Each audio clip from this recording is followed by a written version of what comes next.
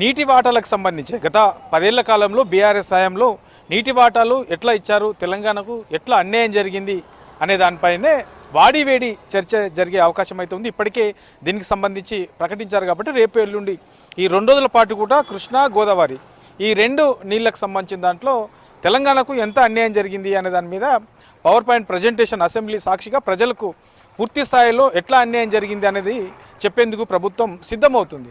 అయితే దానికి సంబంధించి ఇవాళ సాయంత్రం ప్రజాభవన్లో 4 గంటలకు ఈ పీపీటీ ప్రజెంటేషన్ కూడా ఇవాళ ఉత్తమ్ కుమార్ రెడ్డి అధ్యక్షతన జరగనుంది. దీనికి సీఎం రేవంత్ రెడ్డితో పాటు మంత్రులు, పలువురు ఎమ్మెల్యేలు ఈ సమావేశానికి హాజరు కాబోతున్నారు. ఇందులో మేజర్గా ఈ 10 ఏళ్ల కాలం జరిగినటువంటి అన్యాయము, ఏ సంవత్సరంలో ఎట్లా బీఆర్ఎస్ హయాంలో ఎట్లా అన్యాయం జరిగింది, వాస్తవానికి తెలంగాణకు రావాల్సినటువంటి నీటి వాటా ఎంత, అందులో వచ్చింది ఎంత, ఏపీకి పోవాల్సినటువంటి నీటి వాటా ఎంత, వాళ్ళు తీసుకున్నది ఎంత, ఇట్లా ఓవరాల్గా ప్రతి సంవత్సరానికి సంబంధించి కూడా 2014 నుంచి బీఆర్ఎస్ ఉన్నంత వరకు 2023 వరకు కూడా ఎట్లా ఈ పంపకాలు జరిగాయి, వాస్తవానికి రావాల్సింది ఎంత అనే దాని మీద పూర్తి స్థాయిలో మంత్రి ఉత్తమ్ కుమార్ రెడ్డి దీని మీద పవర్ పాయింట్ ప్రజెంటేషన్ ఇవ్వబోతున్నారు. ఎందుకంటే ఇప్పటికే దీని మీద రకరకాల చర్చ జరుగుతూ ఉన్నది.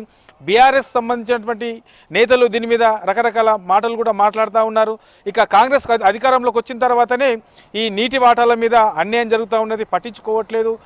గత 10 ఏళ్ల కాలంలో మేము అలాంటి అన్యాయం జరగకుండా కాపాడగలిగాం, పోరాడామని చెప్పేసి బీఆర్ఎస్ చెప్తా ఉన్నది. కాబట్టి దానికి కౌంటర్గా ఆ 10 ఏళ్ల కాలంలో బీఆర్ఎస్ ఎట్లా నిర్లక్ష్యం వహించింది, ఇప్పుడు ఆ మాటను ఎట్లా మారుస్తూ మళ్ళీ మిగతా మాటలు మాట్లాడుతూ ఉన్నారనే దాని మీద పూర్తి స్థాయిలో ఇవాళ సాయంత్రం దీని మీదనే పవర్ పాయింట్ ప్రజెంటేషన్ ఉంటుంది. కాబట్టి దానికి సంబంధించి మంత్రులందరూ హాజరు కావాలి, తర్వాత ఎమ్మెల్యేలు కూడా హాజరు కావాలని చెప్పేసి ఇప్పటికే సూచించారు. కాబట్టి ఇవాళ సాయంత్రం దీని మీద పూర్తి స్థాయిలో రేపు ఎల్లుండి 2 రోజుల పాటు అసెంబ్లీలో జరిగే ఈ సమావేశాల్లో ఎట్లాంటి బీఆర్ఎస్ ఎట్లా చేసింది, ఎట్లా వ్యవహరించాలి, ఈ అసెంబ్లీలో పవర్ పాయింట్ ప్రజెంటేషన్ ఇచ్చేటప్పుడు మంత్రులు కానివ్వండి, ఎమ్మెల్యేలు కానీ ఎట్లా వ్యవహరించాలి, ఇట్లా ఈ అన్నిటి అంశాల మీద కూడా ఇవాళ ఏదైతే ప్రజాభవన్లో సమావేశం జరుగుతుందో ఆ సమావేశంలో పవర్ పాయింట్ ప్రజెంటేషన్తో పాటు అసెంబ్లీలో వ్యవహరించాల్సినటువంటి తీరు, అక్కడ అవలంబించాల్సినటువంటి స్ట్రాటజీకి సంబంధించి దాని మీద ఇవాళ చర్చించుకొని దాని మీద నిర్ణయం తీసుకునే అవకాశం అయితే ఉంటుంది.